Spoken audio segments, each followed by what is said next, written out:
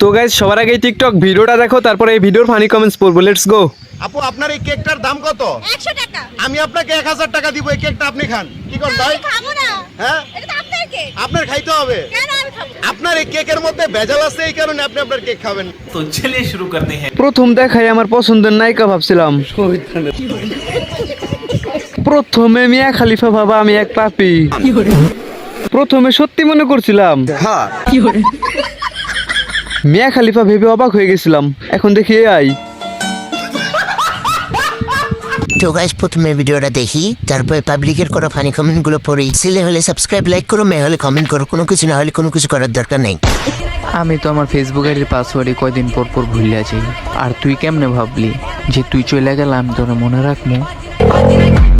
तो चलिए शुरू करते हैं। অনেক বড় মানে চুল, এরপরেও কিছু লোক এসে বলবে দেশে উন্নতি হয় নাই। এই রহস্যের পিছনে অনেক মানুষের হাত আছে। অল্প টাকায় ফোনটা কিনছি তো তাই এইসব ভিডিও আসে।